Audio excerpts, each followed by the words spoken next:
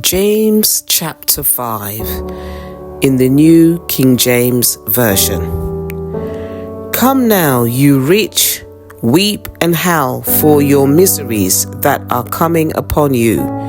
Your riches are corrupted, and your garments are moth-eaten.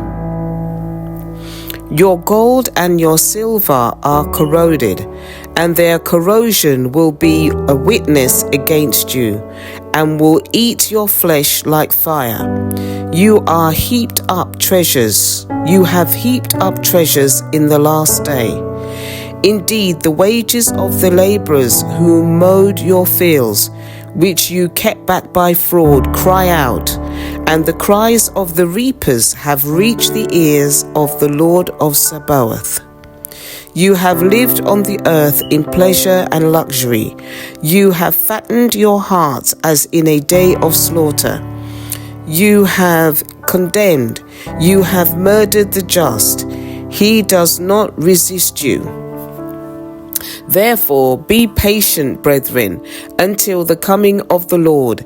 See how the farmer waits for the precious fruit of the earth, waiting patiently for it until it receives the early and the latter rain. You also be patient, establish your hearts, for the coming of the Lord is at hand. Do not grumble against one another, brethren, lest you be condemned. Behold, the judge is standing at the door. My brethren, take the prophets who spoke in the name of the Lord as an example of suffering and patience. Indeed, we count them blessed who endure. You have heard of the perseverance of Job and seen the end intended by the Lord, that the Lord is very compassionate and merciful.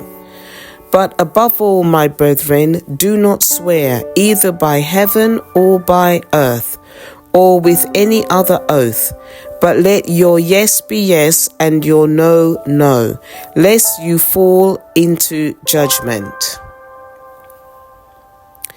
Is anyone among you suffering? Let him pray. Is anyone cheerful? Let him sing psalms.